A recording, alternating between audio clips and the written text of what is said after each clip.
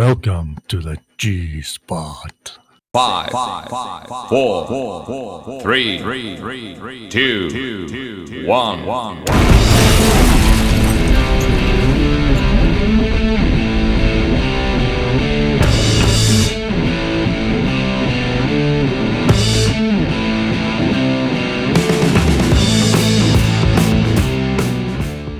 Hello everybody and welcome to Dynamic GT League's G-Spot, otherwise known as the Dgt-G-Spot. Ray isn't with me again. If you've seen G10, you'll know why. If you haven't, go watch G10. Then you'll know why.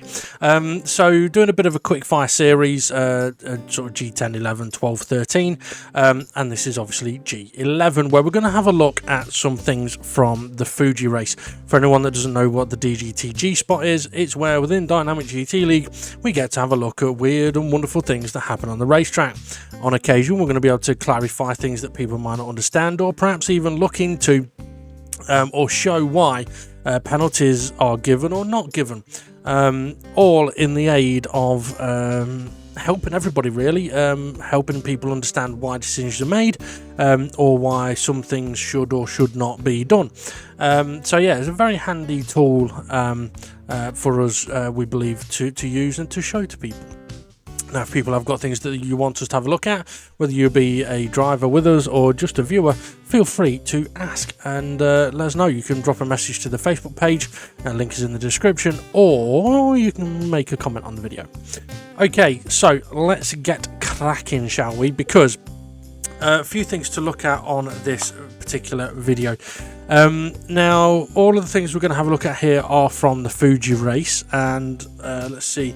3 of the 4 items we're going to have a look here were actually reports that were placed to the stewards, so I will be referring to that and explaining why and showing why a decision has or has not been made. Okay, so what I'll do is I'm going to get going. So let's see, G1 race 3. Hey, did Rich spin or be spun? Now, before I show any footage, I'm going to quickly explain or sort of describe what the incident, what the report was, and what the stewards' views and verdict were. Okay, so this was sent in by Hey, and is put, maybe myself side swipes into Rich at 15:41. Now, the steward's view is that Hay is within fair range of attempting an overtake. He has his car under control and there is small contact between the cars. Hay continues to complete the overtake. Now, the steward's verdict on this was that no penalty, as the contact is minimal and not Hay's fault, and not a deciding factor for the overtake being made. So that's what the steward's verdict is. What I will add to that is that because the view of the stewards is that the contact wasn't that big, or what, as you'll see what happens, the moment where Rich actually ends up having a spin, the blame couldn't really be put on Hay for that. So if we have a look at what happens here now, from this point on as well, there may be discussion about fair range in a later G-Spot video. I am going to go into, because somebody has asked for a definition or an explanation of what fair range is. So don't question me on that yet. It's on a video coming soon. Okay, so let's get this footage going. So down into turn 1, we've got a sort of train of cars here. Rich looks like he's trying to make a move on Jimmy. Jimmy moves across, giving him a bit of a nudge. Might have a look at that a bit. Getting very busy around turn 1, but everything going okay at the moment. So a nice battle going on here. A little bit of contact between Rich and Hay. Nothing in it. It's alright. Going defensive. That's fine. Hay and Rich side by side. A little contact again, but again, no harm, no foul. And this is where the incident is about to occur. So Hay up the inside of Rich here. You can't really see it on this spectator view. Rich goes wide and spins on the curb, or gets sideways on the curb. Okay, so let's have a look at this in a bit more detail. I'm going to pause it here as well. So I want to mention that Jimmy has tucked into SRI's slipstream, but he's about to attempt to make an overtake on SRI, as SRI is attempting to make an overtake on Conrad. Jimmy, though, has been caught out by the radar because as he moves across, he hasn't realised that Rich is just alongside him. So Jimmy actually makes contact with Rich here, but realises it and turns away. And this is a key point, I think, for me on that once Jimmy's realised contact's happening, what is his response? It's to move away, and that's the right thing to do. So well done, Jimmy. It also allows Rich to understand what's happening there. So we'll see a little bit of contact going through this left-hander, and as I said, no harm, no foul here, because, yeah, they're both trying to give each other plenty of room. There's nothing in there. Now, this particular corner, hey, is he within fair range? Well, some people may question whether it is or not. Rich may feel it was a bit of a dive bomb. I will say that I wouldn't view it as a dive bomb at all. So I'm going to pause it here. I personally would say that this corner, even at this kind of distance, the car behind is within a range where if I was Rich, I would be thinking he could possibly attempt an overtake here. Now, as this happens, you'll see both cars are going in a straight line in the braking zone, and Hay is getting up alongside just before the sort of turning point. There's a bit of contact there, but not a lot. Rich runs a little wide and gets on the curb. So again, as we'll see from Rich's view here, it may feel like Hay comes in very late, very fast. But he is in control of his car. He has got it slowed down. He's been able to leave plenty of room on the exit of the corner. Looking into the details of it, it was felt that Hayes' attempt there was a fair one, really. Now, when it comes down to what is fair range and what's not, the reason we're doing a whole separate video on that is because it will differ from corner to corner and perspective to perspective. So if you're going to pick me up on what I've just said about that corner with Hay being what was seen to be fair range, don't use that as an example for another corner. It could be very different, okay? And we'll go into that a lot more on the video that's all about fair range. But yeah, so it's unfortunate for Rich that he's ended up out wide and he's got a bit sideways on the curb. But also, as we saw at the end of that footage, as Rich has had that sideways moment into Hay, Hay couldn't have gone any more left because he then had a car up the left of him as well. So that's one that was seen as Hay has attempted a fair overtake. There is a bit of contact. There isn't a lot in that contact. It has unfortunately ended up with Rich running out a little bit wide, but that was deemed to not be Hayes' fault. And if anyone wants any more information on that one, send it to Paige. Okay, so if we move on then to the next one, so G2 from race 3. Hey, SRI isn't short for sorry. Okay, before I really get into watching the footage of this one, again, as I mentioned, this is something that was reported. So I will go through the report, the steward's view, and the steward's verdict. You may hear me fingering my keyboard. It's because I'm trying to, get the video in the right place while you can't see it. Okay, so this particular incident then. So again, this was Hay putting in a report. I've absolutely zero problem with Hay doing that. And to be honest, this is a good one to show as well, which is why I'm showing it on the G-Spot. Okay, so SRI into my rear and doesn't wait. And I'm going to burp again. Excuse me, I've not long had dinner and some fizzy drinks. And no, not beer. It's blackcurrant juice and sparkling water. Okay, yeah, so SRI into my rear and no waiting at 20:51. Now, the steward's view, they said SRI does make contact with Hay when braking for turn 1. Hay turns in for the corner and Demon R is there after coming out of the pits. Hay turns away from Demon R, applies some throttle before going off the track.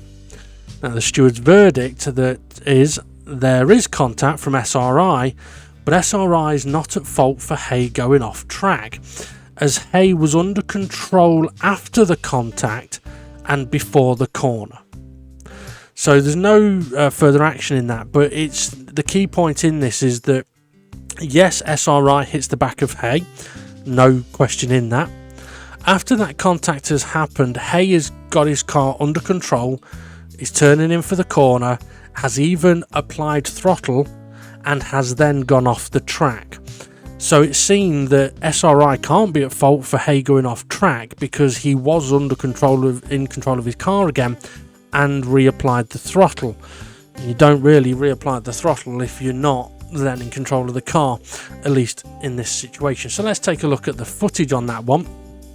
So we're running down to turn 1. Hay has got a run on Art SRI is closing in. Hay may be doing a bit of bump drafting.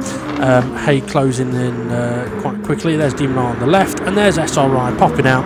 Don't really see much on this particular camera view, which is why we like to have a look at the other camera views. So Hay behind Art brakes a little early, but there's nothing wrong with that. SRI tags him. A little bit of contact maybe at the apex of the corner, and Hay goes wide. But if you look at that footage again, or even look now, there's the contact, but Hay's on the brakes. Now he's on the throttle. There was a bit of contact with Demon R, and then Hay goes wide.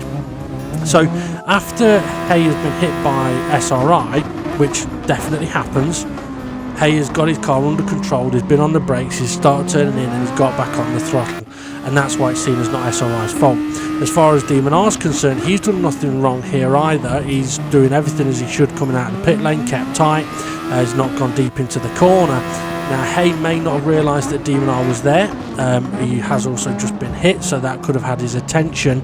But any contact there between Hay and Demon R would be seen as it's not Demon R's fault. Now, one of the reasons I mention that is because if it was a qualifying session, any contact there would be Demon R's fault. Because when you're coming out of the pits in a qualifying session, you must give way to cars that are already on the track, whether they're on a cool down lap or a hot lap. Sort of coming out of the pits, they have right of way. You should wait for them. So bear in mind, folks, if you're coming down the pit lane and you see a car going slow in front of you in the pit lane, it might be because there's a car coming down the main straight. Because I have seen this before, Fluffy. I wish we'd done the G-Spot then. Where I was slowing down in the pit lane to let a car come past. Fluffy's coming out of the pits, thinks, what the fuck are you doing? And just pulls out from behind me straight into the live lane and nearly nails the guy on a hot lap. So yeah, bear in mind that cars going slow in the pit lane usually is for a reason in qualifying. Now in the race, that's not the rule. In the race, person coming out of the pit lane has just as much right of way as the person on the racetrack. So in this situation where Demon R has come out of the pits, now I will actually mention this as well. So in DGT League, we say that you don't have to adhere to the pit lane white lines. However, if there are cars approaching the pit exit, you can't just swing across the track, not giving a shit about anyone that's there. So on this footage, you'll have seen Demon R coming out of the pits. If there was no one around, it'd have gone all the way over to the left to the racing line, opened up turn 1 and around the corner. But because he's seen that there's cars coming, he makes zero attempt to go over to the left, stays on the inside line, has already practiced where to brake on that tight line to get around the pits, to get around the apex. Always handy to do when you're coming out of the pits for practice sessions.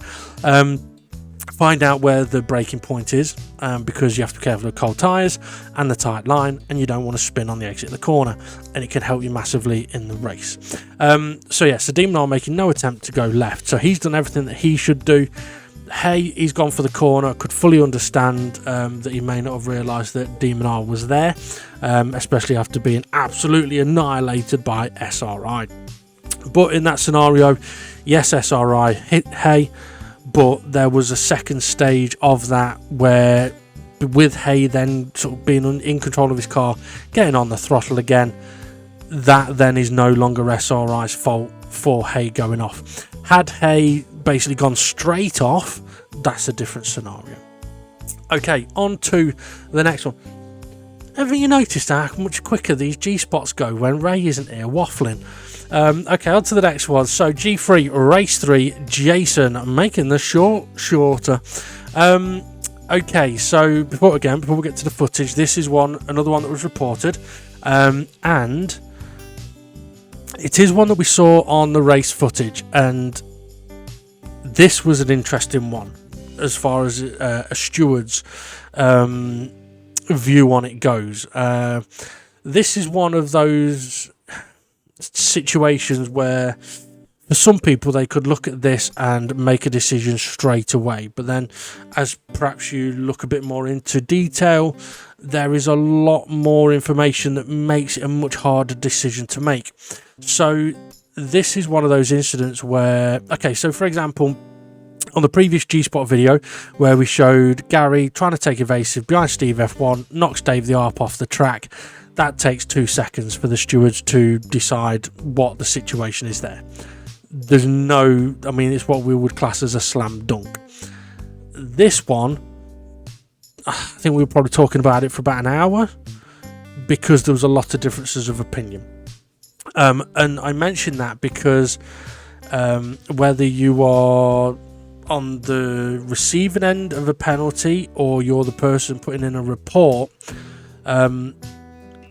we would like you to know that we do try and look into things as much as possible. So in situations like this, we are looking, okay, is there any reason why we shouldn't give a penalty?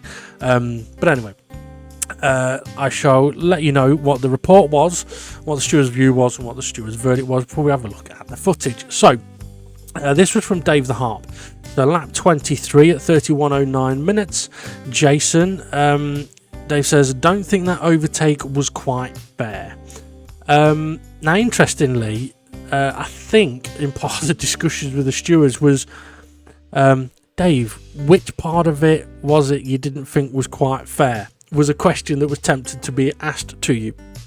But we'll get on to that in a bit. So, steward's view. Jason goes for a late move that doesn't leave Dave the Harp much time to realise that Jason is there. Jason takes a lot of curb, and on the exiting the curb, contact is made that causes Dave the Harp to go off track. The steward's verdict: Dave the Harp turns in on to Jason. However, the move is a little late from Jason, and the stewards can understand why Dave the Harp may not have seen Jason attempting the overtake. Because of this, the stewards feel the contact that causes Dave the Harp to lose the position and to end up off the track is Jason's fault. -3 points to be taken from Jason's championship total for an unfair overtake. Now, this is one that has many factors to it.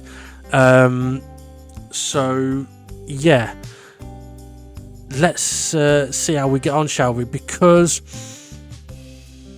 this could spark a number of discussions, I will say, but best thing I can do at this moment in time is show you what we see. Okay, so Dave and Jason then sort of side by side through the kink. Actually, Jason a little bit behind now, Dave's a little bit ahead. So on this view, Jason goes for the move and a little bit of contact and Dave's off. So it doesn't look too bad from that particular view.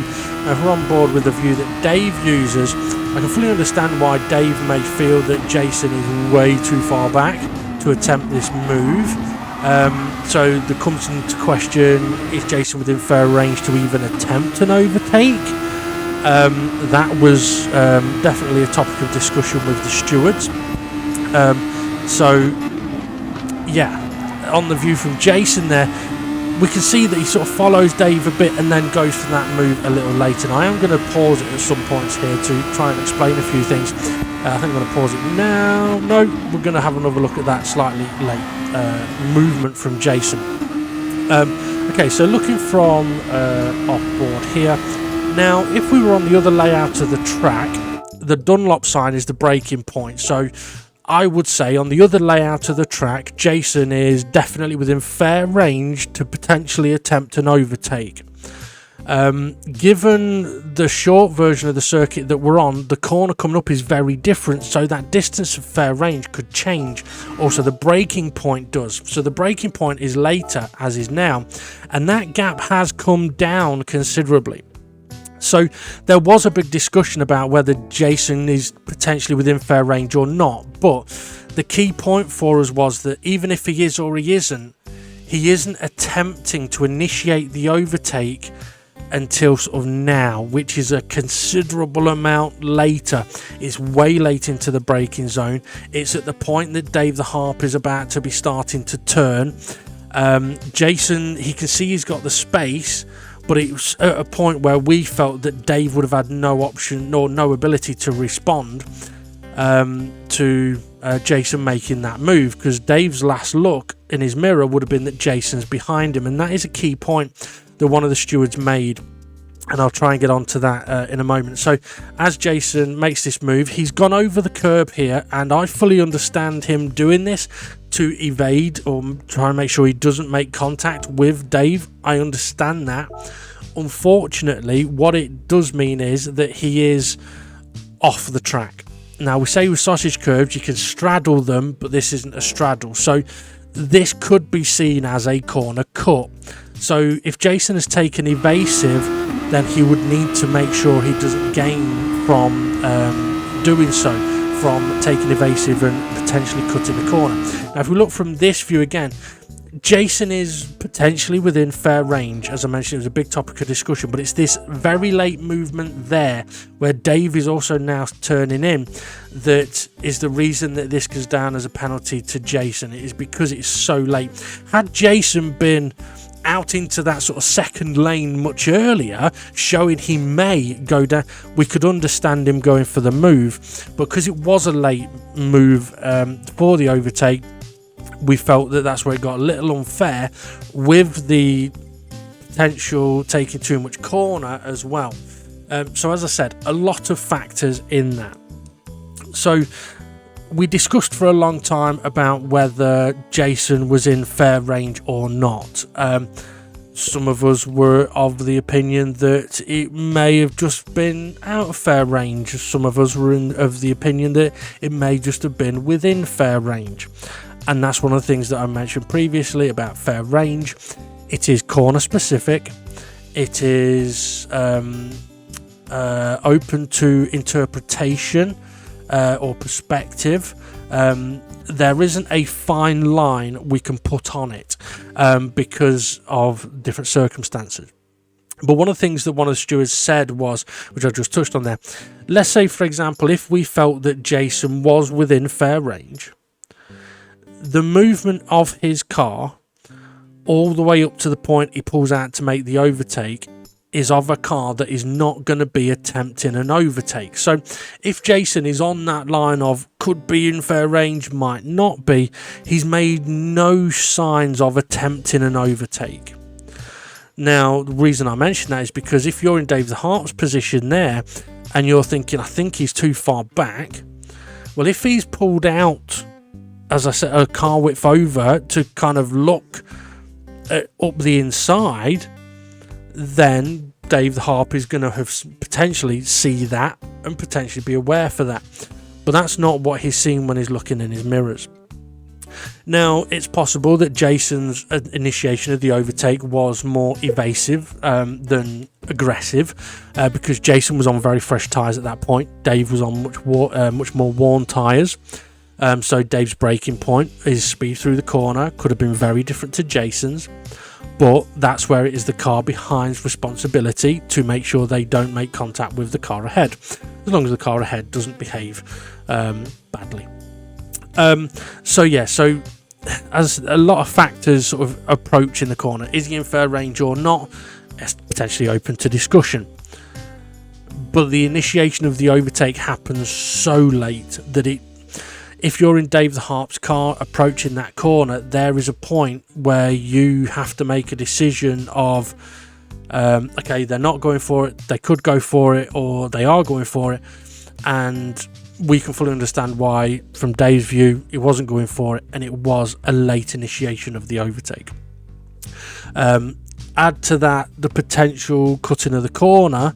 I don't really like saying cutting of the corner in this scenario because I do feel that Jason was evading Dave, so I can understand why Jason may feel hard done by receiving a penalty, because if Jason feels that Dave was turning in on him, then Jason will feel that he was doing everything he could to avoid contact, and I'd feel bad slamming him for that. But also, if we go back to the steward's report, it doesn't state on there that Jason is getting a penalty for cutting a corner. It does mention that Jason takes a lot of curb, but it's on the exiting of the curb that the contact is made, and it's the contact that sends Dave off, and that's what the penalty is for. Now, so that's where it could get very confusing for anybody really, trying to understand why a penalty may or may not have been given in that situation. So I can understand why Jason may feel hard done by. I can understand why Dave feels it was not a fair overtake. As to whether it was in fair range, that's probably still under discussion. But as I mentioned before, there's going to be a separate G-Spot video for that. Okay, I hope I've covered that one as much as I can. Right, so we'll move on to the next one in a second, which is quite an interesting one, because we were asked a while ago to have a look at to look into what is and isn't allowed when it comes to weaving. And it's funny sometimes how these things happen, in that we can discuss things and they've never really happened before, and then because we've discussed it, things happen involving it. Might not make much sense at the moment, but you'll know what I'm on about. So we were asked to go into looking about weaving, and then we get a situation where we see weaving. Now, this was one that we did see on the footage, which is why we are having a look into it. I personally wanted to have a look into it to see if it was fair or not, but also because we had talked about it previously, we'd shown what should be done, and we could potentially have a situation where we could show what shouldn't be done. So let's crack on. So, gee whiz, from race 3, is Jimmy weaving a blanket? Okay, so Jimmy's on the main straight at Fuji, got Conrad behind him. This is in the latter stages of the race, like the last 6 minutes. Conrad closing in, Jimmy moves across. And Jimmy moves across again. And again. And again. And a little bit more. So, a lot of weaving there. So, I mean, I am aware that Conrad wasn't best pleased. He felt a bit aggrieved. So I am interested to look at this. So Fuji Straight is an interesting one. It's very long. Now, I would say that Jimmy is far enough ahead at the moment that he can go wherever he wants, really. And he is doing. He's breaking that, trying to break that slipstream. But I would say now, this is where I would say Connor is definitely close enough that Jimmy cannot weave. And he doesn't, interestingly. He makes his defensive stance and doesn't move again and manages to hold on to the position. So, for me, that's a fascinating one. Now, this is the next lap. Similar situation. We've got Jimmy ahead of Conrad. Conrad's got a few cars behind him. So, if Jimmy's going to be weaving here, he's going to have to be careful, but so is Conrad. And this is the one I think we saw on the footage, where Jimmy is sort of moving quite a bit here. So, we are going to have a look into it. We can't really see a lot of what's happening. I mean, we can see that Connor is very close now. We can also see that Jimmy's not weaving about here, but also I think Art Power's just giving Conrad a bit of a nudge. So this was a stage where I think Conrad had literally just pitted and was on a final run. So as we look at this one, Connor is closer to Jimmy on this occasion, but I would say Jimmy at the moment is just far enough ahead to try and break that slipstream. But as that gap comes down, I'd be picking a point, and because I've paused it here, this is now where I've said, okay, Jimmy is too close, don't weave, and Jimmy doesn't. So as that gap has come down, Jimmy has got to a point where he's gone, okay, no more weaving. So I actually think that although it looks a bit dramatic, I think Jimmy's just about okay here. This one is much closer, but I think that gap is just enough. I mean, let's put it this way.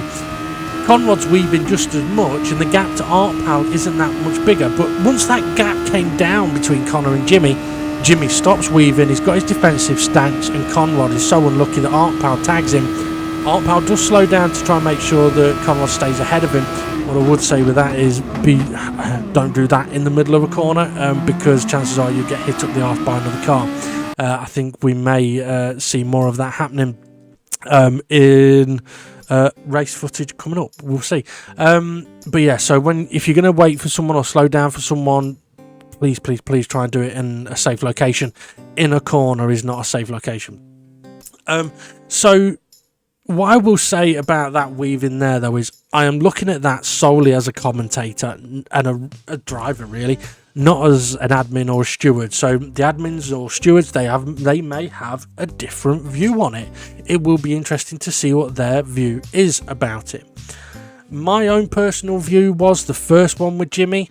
Jimmy had a big enough gap that the moves that he made, although aggressive across the road, he had a big enough gap to Conrod to be able to do that.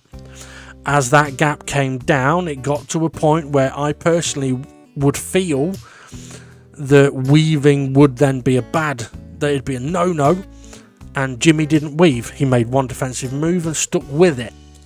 And he did that on both occasions. Now, the second one, yes, the gap is much closer initially, but again, I still think the gap is just big enough for his movements to be okay. Now, you might wonder why I say that. Well, partly because at the beginning of the straight at Fuji, everybody's getting up to speed and gaps don't tend to come down there. They tend to hold. As you get to the later end of the straight, the gaps can come down rapidly.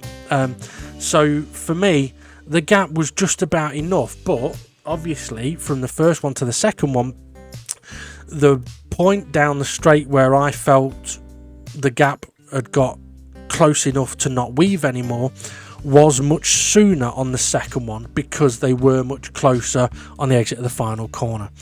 I can understand why Conrod was frustrated by it, because it is annoying when people try to break the slipstream, but also Conrod was unlucky with the first one. There was weaving, and then he got a little bit late on the brakes and he couldn't make the overtake.